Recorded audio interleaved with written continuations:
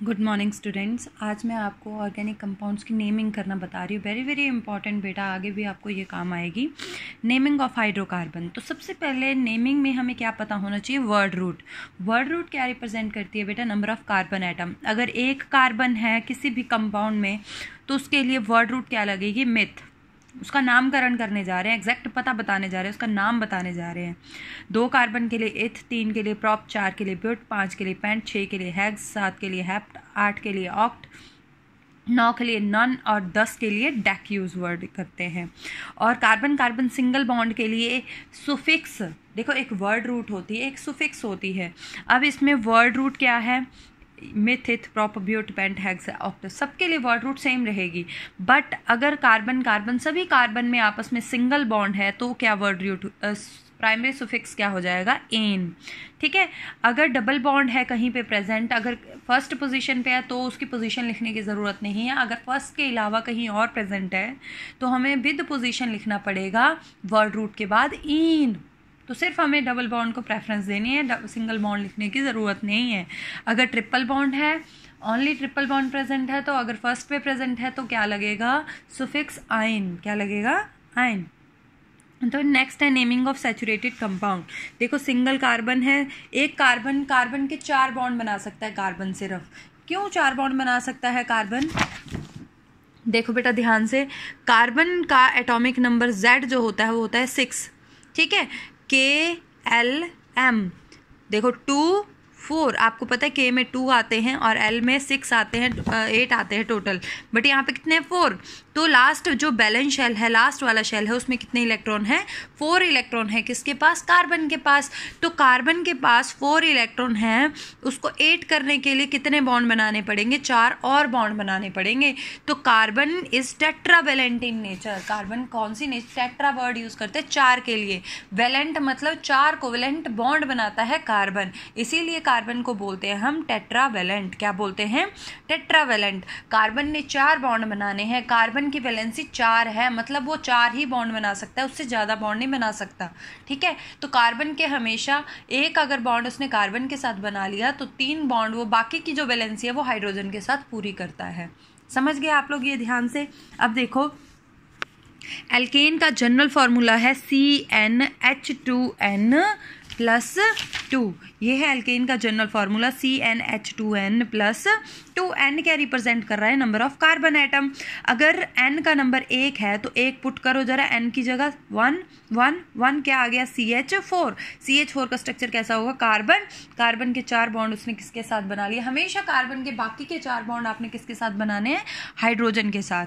अब देखो अगर 2 हो जाता है तो 2 कार्बन कार्बन के बीच में पहले बॉन्ड बना दो। ठीक है। H कितना हो गया? 6। तो बाकी की वैलेंसी किससे पूरी कर दो? हाइड्रोजन से। समझ गए? ये है। देखो अगर एक कार्बन है तो वर्ड रूट लगी मिथ, सारे के सारे सिंगल बॉन्ड है तो क्या बन गया? इसका नाम मीथेन। इसी तरीके से 2 कार्बन है, बाकी के हाइड्रोजन है। कार्बन कार्बन में बॉन्ड देखना है आपने, सिंगल बॉन्ड है तो नाम क्या बन गया? इथ वर्ड रूट है, और जो सुफिक्स है प्राइमरी वो क्या है? सैचुरेटेड के लिए एन।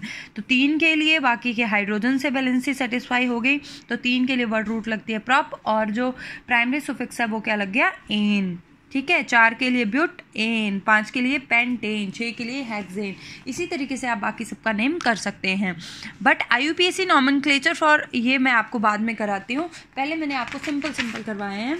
उसके बाद है एल्कीन की नेमिंग। एल्कीन का जनरल फार्मूला होता है बेटा CnH2n। क्या होता है? CnH2n। इस तरीके से CnH2n, n की वैल्यू पुट करो जैसे C2H4। अब H कम हो गए, मतलब कार्बन ने कार्बन के साथ कौन सा बॉन्ड बना लिया? Double bond. यहाँ पे भी H कम हो गए, यहाँ पे एक कार्बन के साथ आपने डबल बॉन्ड बना देना है। तो नाम क्या बन जाएगा? ऊपर वाले का इथीन। क्या नाम बन गया? इथीन। और नीचे वाले का क्या नाम बन गया? प्रोपीन। जब डबल बॉन्ड आ जाएगा तो जो प्राइमरी सुफिक्स है वो क्या हो जाएगा? इन। क्या हो जाएगा? इन। और इसी केस में एल्काइन में वैल्यू पुट करो। और ये बात याद रखना, एल्कीन और एल्काइन 2 से स्टार्ट होता है, एन की वैल्यू 2 से स्टार्ट होता है, क्योंकि डबल और ट्रिपल बॉन्ड तो 2 कार्बन के बीच में ही बन सकता है ना। समझ गए ना?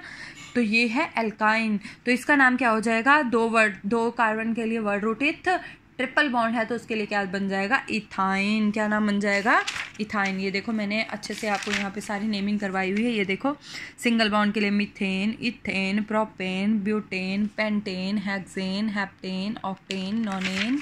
इसी तरीके से आपको नेमिंग करवाई अब मैंने डबल और ट्रिपल बॉन्ड वाले की। डबल बॉन्ड के लिए एल्कीन, एल्कीन का जनरल फॉर्मूला CnH2n। इसमें प्राइमरी सुफिक्स क्या यूज़ होगा, ईन। क्या यूज़ होगा, ईन। अब देखो इथ, 2 कार्बन के लिए इथ, डबल बॉन्ड है बीच में, कार्बन कार्बन के बीच में बॉन्ड देखना है हमने, डबल है तो ईन। अब प्रोपीन, प्रोपीन। अब आप सोच रहे होंगे अगले कार्बन में तो डबल बॉन्ड है नहीं, आपने तो पहले पे ही बनाया, क्योंकि एक ही ईन है। यहाँ पे सिर्फ एक डबल बॉन्ड को रिप्रेजेंट कर रहा है ये फॉर्मूला, तो यहाँ पे एक डबल बॉन्ड आ गया तो नाम क्या बन गया, प्रोप। 3 कार्बन के लिए word root prop, double bond है ईन। ब्यूट ईन, फर्स्ट आप ऐसे भी लिख सकते हो, prop 1 ene, but 1 ene, pent 1 ene, hex 1 ene. अब नेक्स्ट है एल्काइन। एल्काइन के लिए जनरल फार्मूला होता है CnH2n-2, मतलब अब इसमें प्राइमरी सुफिक्स है वो क्या लगेगा, आइन।